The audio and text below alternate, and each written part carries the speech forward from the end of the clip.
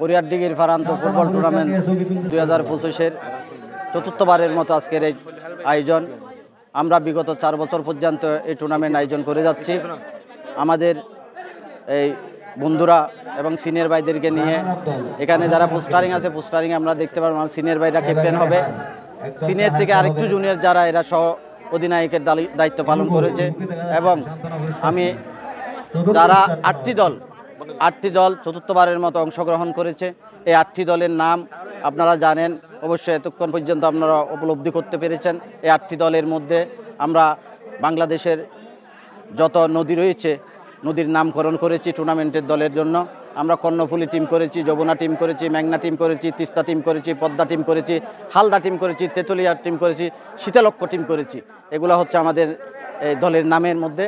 আমি আপনারা দর্শক মণ্ডলী এবং আপনার সাংবাদিক ভাইয়েরা এবং খেলোয়াড় ভাইয়েরা যারা অক্লান্ত পরিশ্রম করেছে তাদেরকে কৃতজ্ঞতা জানাচ্ছি এবং আগামীতেও তারা যেন এরকম অনুষ্ঠান করে এই জন্য সর্বোচ্চ সহযোগিতা আমার পক্ষ থেকে সাহায্য করব। আমরা আগে আমাদের সিনিয়ররা যারা অবশ্যই আপনারা জানেন, হান্নান ভাই, সেলিম ভাই, ওইদুল আলম ভাই, মোহাম্মদ রাশেদ ভাই, শিবলি ভাই, ইমরান হেলাল ভাই, আমার বন্ধুবর রুহিন কাদেরি, সকলে অনেক কষ্ট করেছে। তাদের আর্থিক যদি সহযোগিতা আমাদেরকে না দিত আমরা এত বড় একটা আয়োজন করতে পারতাম না।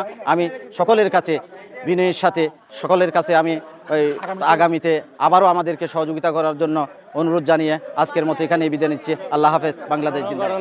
তো আল্লাহর অশেষ রহমতে আমরা ফাইনাল আসলাম। আর এরকম একটা টুর্নামেন্ট আয়োজন করার জন্য এলাকার বড় ভাইদেরকে ওরা অনেক হেল্প করেছে, এটার জন্য ওদেরকে অনেক ধন্যবাদ। আমাদের টিম মেম্বাররা অনেক ভালো খেলেছে। তো শেষ পর্যন্ত আপনারা দেখলেন আমরা টাই ব্রেকারে হেরে গেলাম। তো আমাদের টিম মেম্বারকে ধন্যবাদ জানিয়ে আর চ্যাম্পিয়ন আর তো বিয়াহত বহুত ভালো লার। এখন বিয়াহত একটা আশা ছিল চ্যাম্পিয়ন হবো, হ্যাঁ আশা পূরণ হই। আর আশা ছিল এই আশা পূরণ হই। আর কিন্তু বিয়াহ খুশি আছি। যারা নতুন প্রজন্ম উঠে আসতেছে তাদের জন্য হয়েছে এটা অগ্রিম বার্তা, এটা সুবর্ণ বার্তা যে খেলাধুলার মাধ্যমে তাদের শারীরিক মন মানসিকতা ঠিক থাকবে। যার জন্য ছোটো ভাইদেরকে ধন্যবাদ জানাই যারা প্রত্যেক বছর এই আয়োজনটা করে। আমরা যাতে অন্য পেশা থেকে যাতে দূরে সরে এসে আমরা যাতে এই ক্রীড়াঙ্গনের সাথে লেগে থাকতে পারি, আমরা যাতে স্বাস্থ্য ঠিক রাখতে পারি।